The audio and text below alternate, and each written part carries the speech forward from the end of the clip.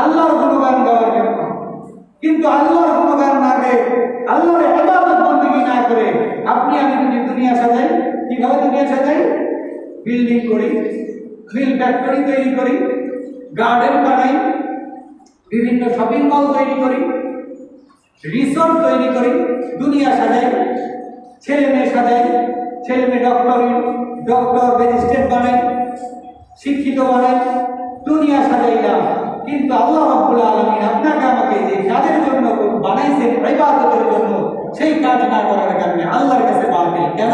ওই যে আপনি লাইট কিনছিলেন, লাইট আলো দেওয়ার জন্য, ফ্যান কিনছিলেন, ফ্যান বাতাস দেওয়ার জন্য, কিন্তু ওরা মেলামাটি করছে, সৌন্দর্য বর্ধন করছে, ফুলের মতো লাইট, রকমারি ফুলের ডিজাইনের মতো ফ্যান, কিন্তু ফ্যান বাতাস দেয় না, লাইট আলো দেয় না।